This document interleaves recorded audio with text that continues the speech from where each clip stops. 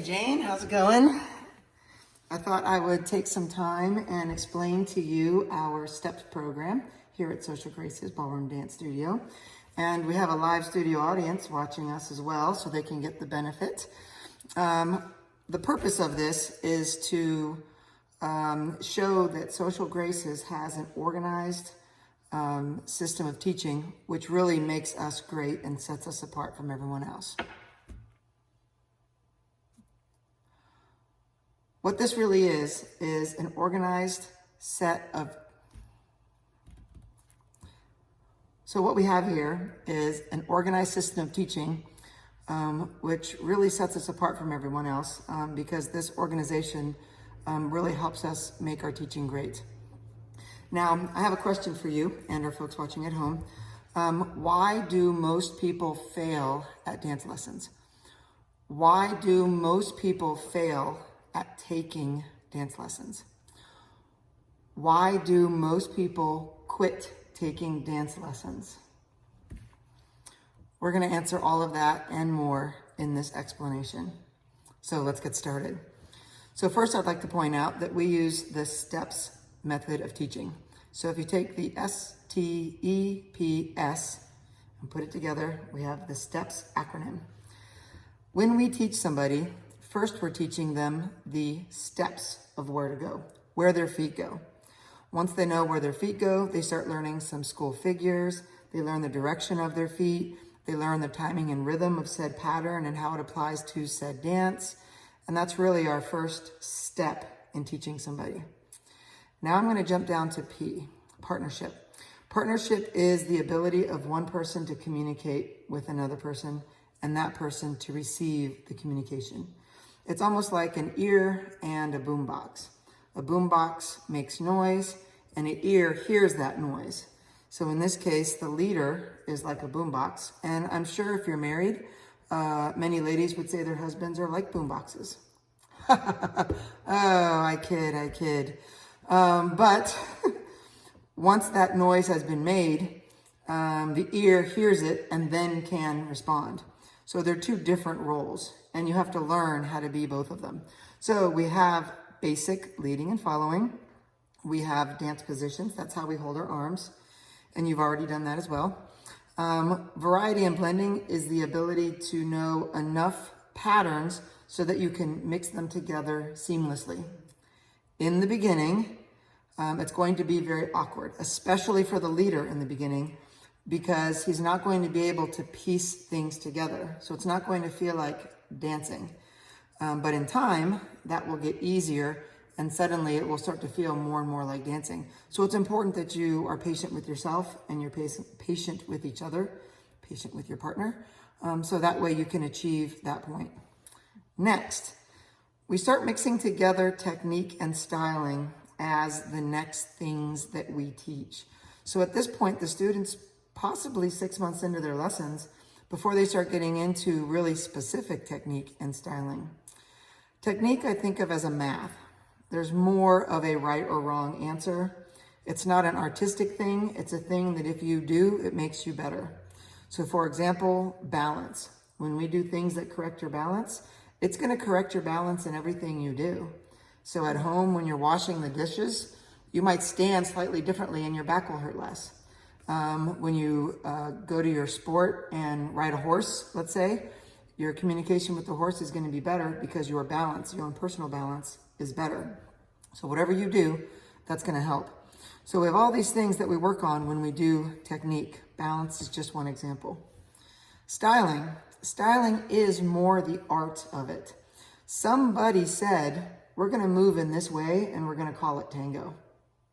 And over time, different people have contributed to that, and that has changed the definition of what tango is.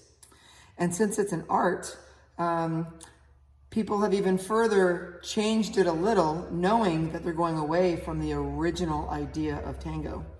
Just like if you were a painter and you wanted to paint an apple, you might paint it red, green. That's all I can think of. But if you painted it purple in your painting, would it still be an apple? It might still be an apple, but it wouldn't be an apple that we would see in a typical apple orchard. Such is styling when it's applied to dance. Here at Social Graces Ballroom Dance Studio, we will teach you the original idea that the person had when they made that dance. Then we can teach you how you can change it to make it your own. And if you change it too much, you might get to a point where people say it's not tango anymore. If you change it just a little bit, it's more like you have a little bit of personal style and you're making it your own. So when we get to styling, that is what makes the dance unique. Just like what makes you unique. Isn't that lovely? So how long would that take me in my lessons to get to that place? Great question. So in the beginning, the stuff that we teach is very much, in the beginning when we teach, the stuff is easy to measure. So if we say, here's a box, it's forward side together, back side together. Within 5 minutes, you'll probably be doing a box fairly easily. And you'll be able to measure it and say, I am doing a box. And you will know you're doing a box. And you will feel good about doing your box. But if we worked on something like balance, let's say, I will say, here's a way to make your balance better. Well, you'll never be able to check that off of your list. You'll never be able to say, my balance is done, check, because it can always get better. Plus, it's difficult to measure. So what you're going to find when you take lessons is in the beginning, the things we teach are very measurable. Then we start doing things that are not measurable, and it's hard to say whether you've started them, finished them, or what have you. Typically, in the first month or so, we'll do some kind of styling. But within the first 6 months, you won't feel very comfortable with that styling until you've been doing it for about 6 months, and then you'll be able to make it your own. Excellent question. One of the last things we work on is expression. Expression, funnily enough, I find students will sometimes say, I'm not training for the Olympics, because they think that when you learn expression or the art of showing human emotion, you're basically taking an actor's class.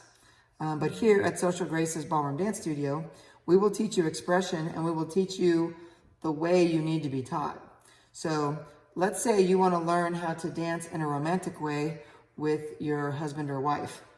We will show you how to do that. Listening to the music, certain sounds in the music, the structure of the music, it's actually not that hard, but it's still something that helps if you've been taught. You don't need to know how to play a musical instrument at all. In fact, people that might do construction would have an easy time understanding how music is constructed because it all is kind of mathematical or metric, if you will. When you start to understand that stuff, you can start to put the correct emotion with the correct sounds. And when you do that, the person you're dancing with will not only feel it, they'll hear it as well. And even if they're not doing it, they will have a better dance experience because of that. That is one of the last things that we teach. Unless you show a particular interest in it, then we will teach it sooner. But it is definitely part of the personal style, the personal expression. So yes, you might be doing tango, but are you going to be doing tango and focus on the loving side of it, or the fighting side of it, or the sneaky side of it? And we can do that through human emotion. And that's actually easier than what you might think. So when you put all of these together, it makes it much clearer for the student to know what they're learning and to ask questions about what they're learning. So imagine going to a group class after taking some private lessons and saying in the group class, you know, I have a question about footwork specifically and how it changes the dance lines. Wow, what a question that could be. And your instructor would go, let me answer that directly because you've been so specific. Now in private lessons, if we're teaching and we say something like footwork or dance lines and you have no idea what we're talking about, then you say, hey, whoa, whoa, whoa, what are you talking about there? And you now have learned a new idea.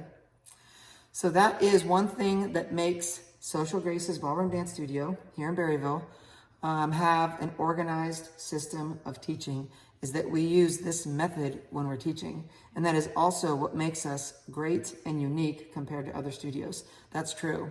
So why do so many people fail at dance lessons? To be honest, it's a different answer for every person.